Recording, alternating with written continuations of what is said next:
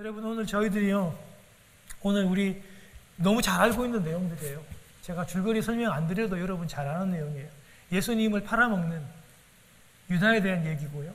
그 다음에 또 베드로, 예수님을 부인합니다. 그리고 이제 겁을 먹고 저주합니다. 그렇게 했던 우리 베드로. 여러분, 둘 다 누가 더 나쁜가? 제가 볼 때는, 하나님이 볼 때는 그 누가 나쁘다고 얘기할 수 없어요, 여러분. 그렇지만 한 사람은 돌아왔고 한 사람은 돌아오지 못했습니다. 여러분, 유다를 자꾸 막 수염 나고 이렇게 눈 찢어지고 무슨 강도처럼 생각하시는데, 여러분, 제가 지난주에 말씀을 드렸죠. 예수님의 제자 중에서 오늘날 회사에 입사하면 붙을 것 같은 유일한 사람이 바로 가룟 유다예요. 여러분, 유일하게 서울말 쓰는 사람이고 강남 출신이에요. 한국으로 치면 남쪽 유다 사람이고 똑똑하고 많이 배우고, 여러분, 얼마나 예수님과 제자들에게 신임을 받았는지 몰라요. 오늘 예수님이 유다라고 얘기하는데도 아무도 안 믿어요. 설마. 여러분, 너무너무 믿을만해요. 여러분, 제가 학창시절 때 우리 교회에 그런 형이 있었어요. 너무 착해. 장로님 아들이고 너무 반듯하고 바른말하고 인기 좋고 매너 좋고 성경도 잘 알고. 그런데 이 형이 목사님 집에 들어가서 어느 날 비디오를 훔쳐갔다는 거예요. 아니, 이렇게 착한 형이 아무도 안 믿어요. 설마 그 형이? 근데 실제로 그걸 본 사람이 있고 그 목사님 집에 있는 비디오를 훔쳐갔어요. 그리고 정말 신실한 사람인데, 아니, 저 형은 진짜로 누가 뭐라고 해도 바른 사람인데 그 헌금을 예전에 다 돌리잖아요. 그런데 이제 거기 손을 대고 그런 일이 있었다는 거죠. 여러분, 유다가 딱 그런 케이스예요.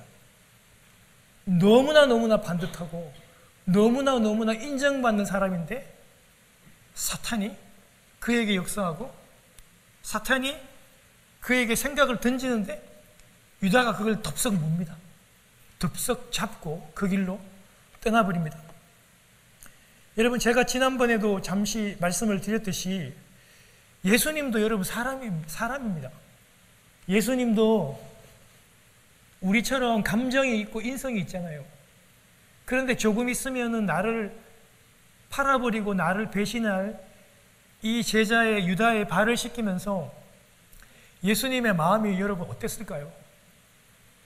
여러분, 우리는 이 제자가 스승을 파는 얘기를 너무 잘 알고 있어서 때로는 덤덤할 수 있겠지만, 여러분, 3년 동안 다 같이 목숨을 다 바쳐 같이 가겠다고 이렇게 의논한 이 사이는 여러분 보통 사이가 넘습니다. 그냥 보통 사이가 아닙니다. 그렇게 철저하게 나를 믿었는데 조금 있으면 나를 배신하는 정도가 아니라 나를 죽음에 내몰도록 나를 팔아버리는, 지금 이 친구의 지금 발을 씻기는 예수님의 마음이 진짜 많이 아팠어요. 오늘 여러분 분명히 예수님이 말씀하잖아요. 심령이 너무 괴롭대요. 우리 예전 성경에 보면 민망하다 그러잖아요. 너무 괴롭고 안타깝고 힘드는 거예요. 주님도 감정이 있잖아요. 그런데 예수님께서 유다가 계속 돌아오도록 지금 예수님 간접적으로 얘기하시다가 어떨 때는 막 직접적으로 얘기하잖아요. 내가 떡을 나누어 주는데 그 떡을 받는 자가 바로 그다. 직접적으로 얘기하기도 하고 예수님께서 계속해서 얘기해요. 여러분, 우리 그 지난주에 여러분 예수님께서 시편 41편 9절 말씀을 인용합니다. 왜냐하면 그 말씀이 실제로 이제 이루어져야 되기 때문에 예수님이 시편 41편 말씀을 인용하는데 그게 어떤 말씀이냐면 다윗이 한 말이거든요. 여러분, 다윗의 그 책략가 중에서 아주 머리 좋은 사람이 있어요. 아히도벨이라고. 진짜 똑똑해요. 그런데 여러분, 다윗의 아들 중에서 여러분 그 잘생긴 아들 압살롬이 아버지를 반역하고 죽이려고 하잖아요. 그런데 자기가 가장 친하고 가장 믿었던 이 아히도벨이라고 하는 신하가 압살롬 편에 붙어가지고 배신을 해버리잖아요. 여러분, 다윗이요, 그게 너무 가슴이 아파가지고 시편 41편 9절에 내 떡을 먹는 자가 내 발꿈치를 들었다. 여러분이 화나면 발꿈치 이렇게 막 들잖아요, 그죠? 그러니까 누구를 막 공격하고 화나면 이 발꿈치 막 들잖아요. 그런 유대적인 표현입니다. 그런데 다윗이 그렇게 자기가 믿었던 아이도벨이 배신한 거를 시편 41편에 얘기한 거를 주님이 인용하시면서 그 말씀이 이제 이루어진다라고 주님이 인용하면 여러분 유대인들이 시편 41편 말씀을 모르겠냐고요. 다윗을 모르겠냐고. 당연히 알죠. 이 정도 되면 여러분 이 유다가 마음에 팍 찔려가지고 주님 앞에 무릎을 꿇어야 정상인데 여러분 유다는 흔들리지 않습니다. 굳건하게 자기의 길로 그렇게 가려고 하고 있는 거죠. 유대인 여러분 이 그 만찬 식사 여러분 습관 중에서 오는 손님의 발을 씻기는 거 그리고 자기가 가장 존경하고 자기가 아능하는 사람들을 왼쪽 편에 앉힙니다. 왼쪽 편에 앉히고 그 주인이 그러니까 그 호스트가 먹던 그 고기나 떡을 이렇게 떼주는 그 사람이 진짜로 이 주인이 아주 존경한다, 아능한다는 그런 뜻이래요. 근데 실제로 예수님께서 이 최후의 만찬의 왼편에 유다를 앉히고 지금 그에게 떡을 이렇게 떼주잖아요. 이거 굉장히 그를 존경한다는 거예요. 그럼에도 불구하고 왜 이렇게 합니까?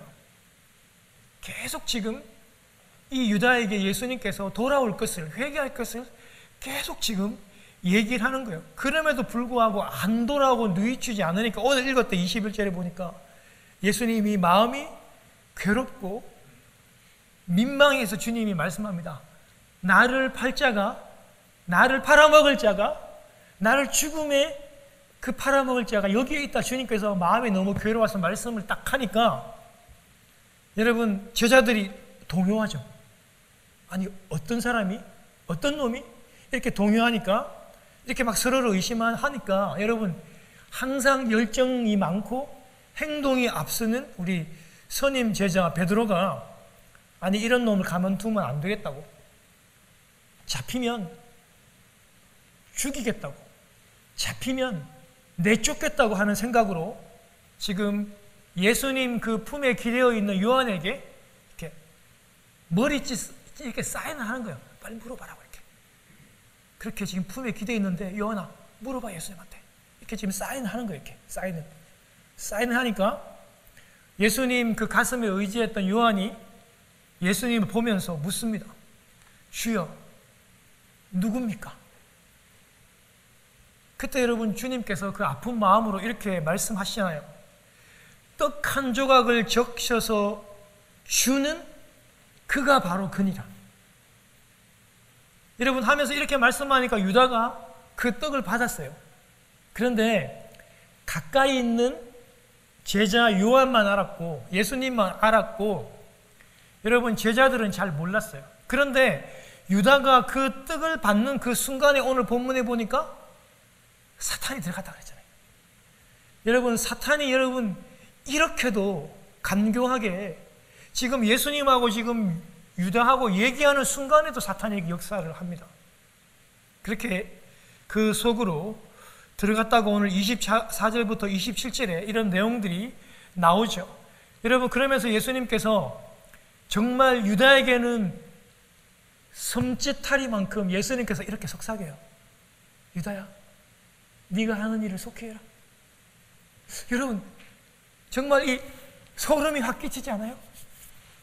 유다가 지금 예수님 팔아먹으려고 예수님 죽이려고 지금 이렇게 다 계획하고 있는데 예수님께서 떡도 찍어주시고 이 떡을 받는 자가 바로 나를 팔 자라고 얘기했는데 자기가 떡을 받아요. 그런데 예수님께서 이렇게 속삭여요. 유다야 네가 하는 일을 계속해라. 아마 소름이 쫙 돌았을 겁니다. 여러분 예수님이 겁주려고 이런 말씀하셨을까요? 아니에요. 예수님은요 끝까지 유다가 돌아오기를 기다렸던 거예요.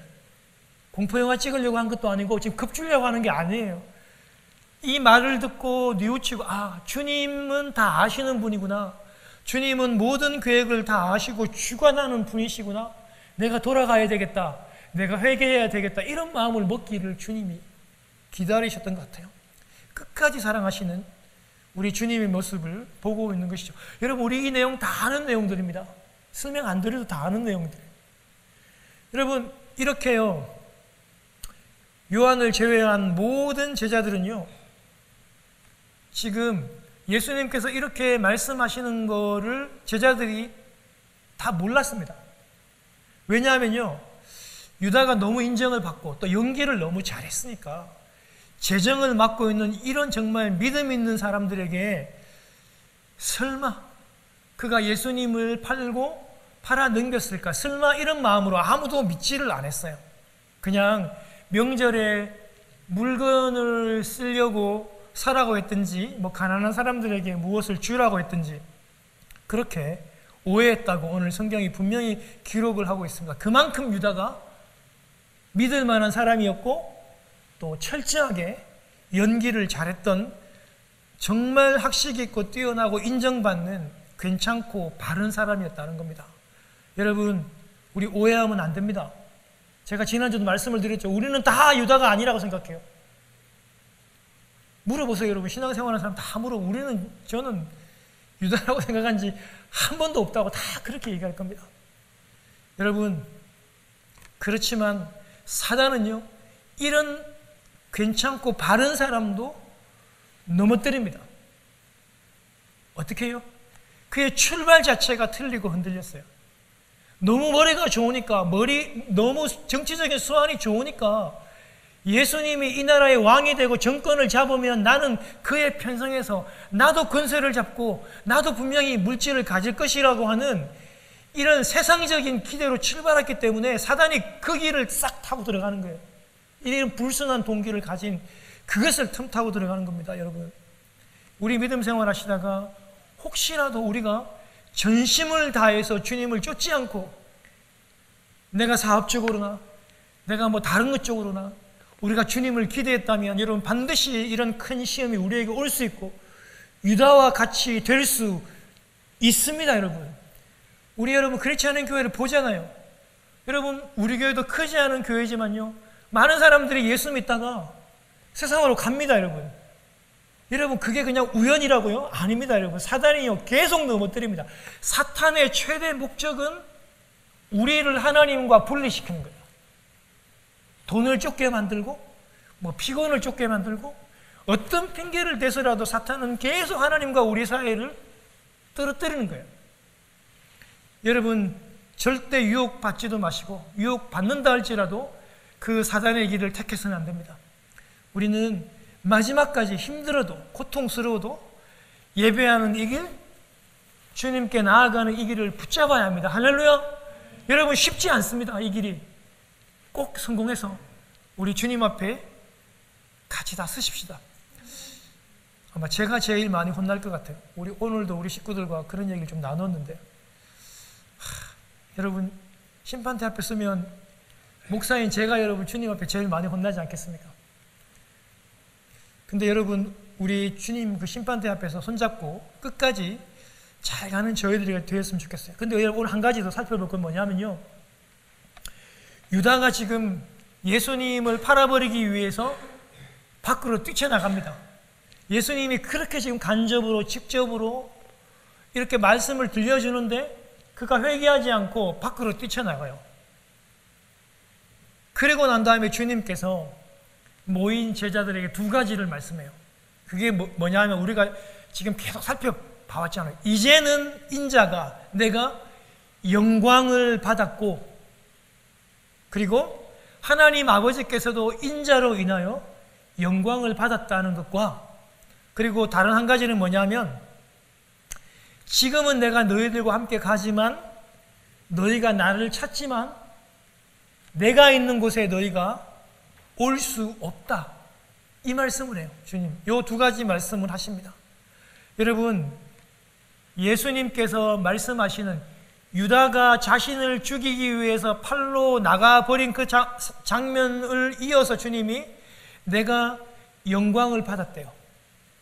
예수님께서 말씀하시는 영광은 박수를 받고 많은 권세를 받아서 존경을 받는 그런 영광이 아니라, 주님의 영광은 제가 말씀을 드렸듯이 십자가를 지고 우리를 위해서 죽는 그것, 고통당하는 그것, 우리를 위해서 대신 저주받는 그것이 바로 주님의 영광이었습니다.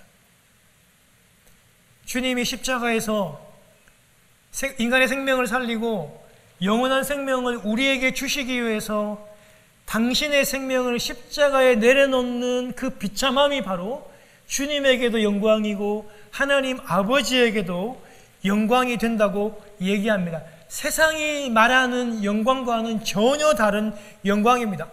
가장 비참한 사람으로, 가장 멸시받는 사람으로, 가장 약한 사람으로, 약한 자의 모습으로 받는 그것이 주님에게는 영광이에요. 여러분, 역설이죠, 역설. 아이러니죠, 진짜로. 세상 사람들이 보면 그 저주예요, 저주. 가장 불쌍한 거예요. 가장 더러운 거예요. 가장 안타까운 거예요. 그렇지만 주님은요, 여러분과 나를 위해서, 나를 살리기 위해서, 생명을 위해서 죽으시다 보니까 그것이 주님에게는 영광이 된대요. 할렐루야! 그것이 하나님 아버지에게는 영광인 거예요. 하나님께서 이런 모든 구원의 계획들을 다 지금 만들어 놓고 세우시고 그 구원의 계획을 순종하셔가지고 이 땅에 오셔가지고 예수님이 죽으시니까 하나님 아버지에게도 그것이 영광이 되는 것입니다. 이렇게 저주받아서 십자가의 죽음으로 놓여있는 예수 그리스도, 그 영광의 예수 그리스도를 하나님 아버지께서 어떻게 합니까? 다시 일으켜 부활시킴으로 말미암아 영광되게 세우시는 것입니다. 동시에 주님은 부활의 첫 열매가 되고 그 다음 부활의 열매로 우리를 그렇게 삼으시는 거예요. 여러분, 그게 영광입니다. 할렐루야! 여러분, 그래서 우리 성도들은요, 어떤 영광을 구해야 된다? 세상에서 돈 많이 벌고, 여러분, 의사 되고, 변호사 되고, 많은 사람들로 존경받고 사랑받는 그런 영광이 아니라, 남을 위해서 내 생명을 내어주고, 남을 위해서 내가 손해보고, 내가 이 사람 전도하기 위해서 내가 욕을 먹고, 내가 손해보고 하는 그런 영광, 그런 영광을 쫓아가는 저와 여러분들이 되어야 한다는 것입니다. 할렐루야! 여러분, 영광을 드러낸다는 것은요, 제가 지난번에 말씀을 드렸죠. 본질을 드러내는 걸 영광을 드러낸다는 거예요. 예를 들어서 끝에는요, 그냥 평범한 도자기예요. 평범한 사기 그릇이에요. 전혀 화려할 게 없어요. 그런데 그 도자기 그릇이 깨어지니까 그 도자기 그릇 안에 황금 보화가 있고 다이아몬드가 있는 거예요. 여러분, 질그릇 안에 그 본질이 드러나는 그 순간이 바로 영광이 드러나는 거잖아요. 끝에 있는 이 질그릇이 잘게 깨어지면 깨어질수록, 바싹 깨어지면 깨어질수록 그 안에 있는 본질인 보화가 드러나는 것. 여러분, 이게 영광이에요, 이게 영광. 그러면 여러분, 우리 어떻게 돼요? 보잘것없는 우리, 좀 모자라는 우리가 낮아지고 찢겨지고 우리는 없어지고 내 안에 계시는 예수 그리스도가 드러나고 내 안에 계시는 예수 그리스도가 밝게 드러난 이게 영광이라고요. 주님이 말씀하시는 영광이 바로 이런 영광이에요. 그래서 십자가에 죽으셔도 주님이 영광을 받으시는 겁니다. 역설이죠. 여러분, 주님께서 이렇게 당신과 하나님께서 영광을 받으신다고 말씀하시고 새로운 계명, 새 계명에 대해서 말씀하십니다. 여러분, 주님께서 주시는 새 계명이요, 서로 사랑하래요. 그런데 어떻게 사랑하냐면요, 여러분, 이게 아주 중요해요. 여러분, 진짜 볼펜이 있으면 반드시 여러분 줄을 끊어야 돼요. 내가 너희를 사랑한 것처럼이라고 한 단서가 딱 붙어요. 다시 한 번 더요. 내가 너희를 사랑한 것 같이. 여러분, 이 부분을 형광펜을 딱 그어 놓으셔야 돼요. 오늘 여러분 34절 말씀 같이 읽겠습니다. 시작. 새 계명을 너희에게 주노니 서로 사랑하라. 내가 너희를 사랑한 것 같이 너희도 서로 사랑하라. 여러분, 왜 그러냐면요, 지금 예수님께서 새로운 계명이라고 얘기했는데 옛 계명, 율법이잖아요. 구약. 여러분, 구약도요, 사랑하라, 사랑입니다. 여러분, 누가복음 10장에 율법교사, 율법의 전문가들이 예수님한테 와서 따지며 논쟁을 벌리잖아요. 예수님, 주님, 어떻게 하면 구원받습니까? 묻잖아요. 그때 예수님께서 뭐라고 대답해요? 율법에는, 즉 옛 계약에는, 옛 언약에는 어떻게 기록되어 있느냐 물으니까 율법의 전문가, 율법의 PhD 아닙니까 여러분? 이 전문가들이 얘기를 딱 합니다.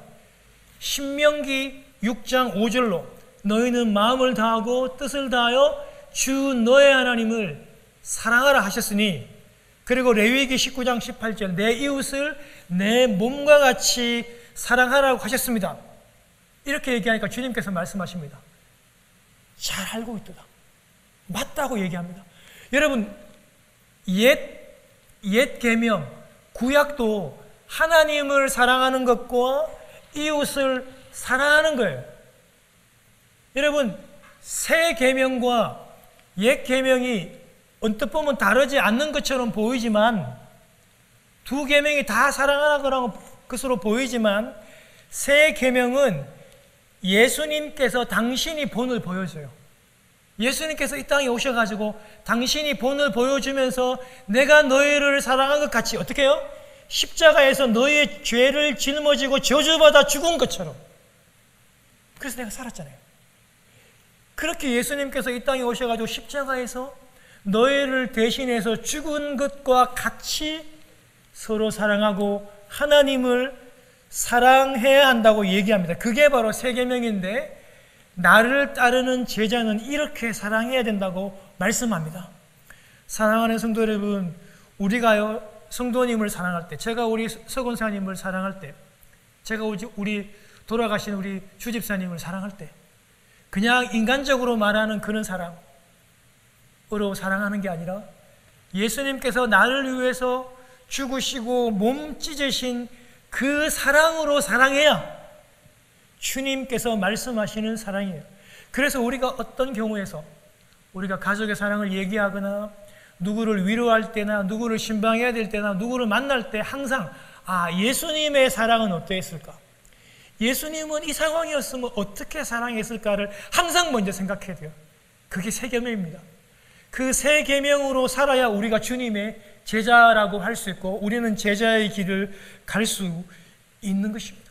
사랑하는 여러분, 그렇게 우리가 살아갈 때 우리가 주님의 제자가 될 수 있음을 여러분 꼭 기억하시기를 바랍니다. 이제 설교를 마치면서 여러분, 우리 베드로의 그 열심, 그 배신에 대해서 우리가 한번 살펴보기를 원해요. 다 아는 내용입니다. 여러분, 베드로가 지금까지 제자의 선임으로서 분위기를 항상 리드하고 항상 주도했잖아요. 행동이 앞서잖아요, 그죠?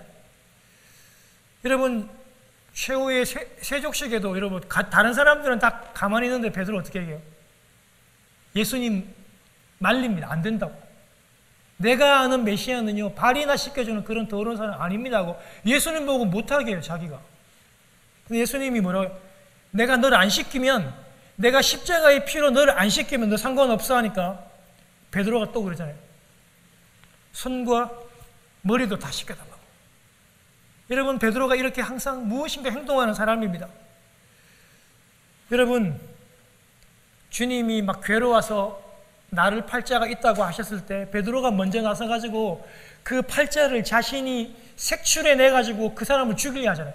그 사람을 쫓아내려고 하잖아요. 베드로가 항상 이렇게 행동하는, 움직이는 그런 사람이었어요.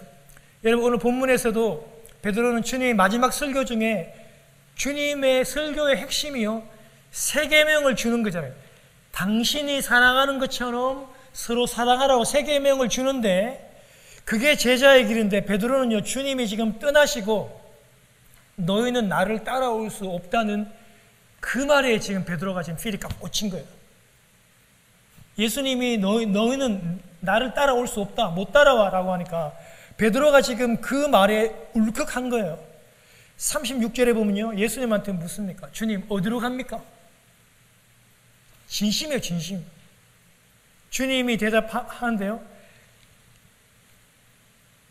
같이 읽겠습니다. 우리 시작. 베드로가 이르되 주여, 내가 지금은 어찌하여 따라갈 수 없나이까? 주를 위하여 내 목숨을 버리겠나이다.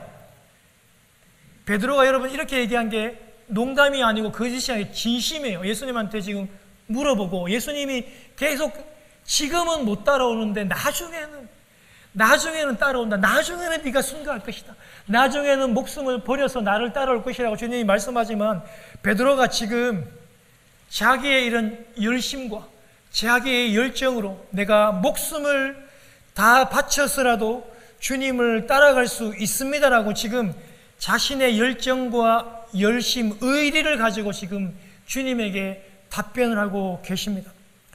왜 제가 주님을 못 따라갑니까?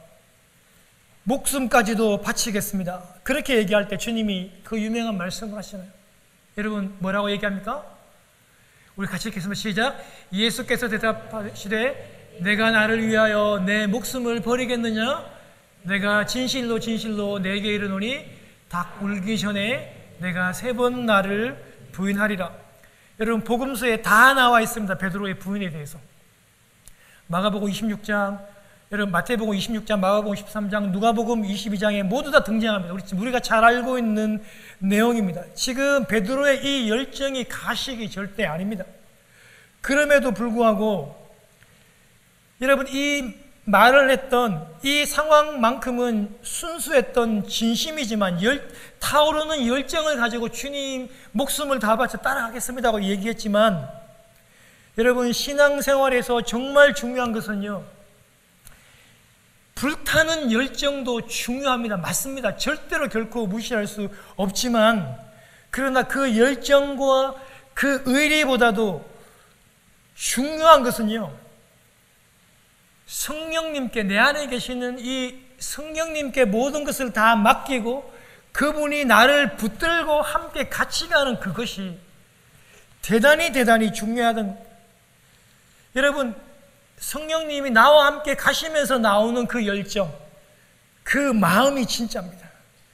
그 열정을 가지고 주를 따르고 주를 섬길 때 그것이 주님이 인정하시는 시험이라는 것을 여러분 꼭 기억하셔야 됩니다. 여러분 누가복음 22장에 보면요, 31절과 32절에 보면요, 사탄이 여러분 베드로도 이렇게 시험합니다. 여러분 잘 아시잖아요. 밀 까부르듯이. 여러분 이 밀 까부르다라고 하는 말, 여러분 우리 시골에서 여러분 다 사신 분들 아시잖아요. 여러분 그 도리깨 알죠? 키즈라는 도리깨로 밀을 펴놓고 그걸 완전히 이렇게 후드려 치는 거예요. 여러분 그게 밀 까부르는 겁니다. 이렇게 휘휘휘두르러 때리는 거, 치는 거예요. 사탄이 베드로도 그런 식으로 시험해서 예수님을 부인하게 만들고 예수님을 저주하게 만드는 거예요.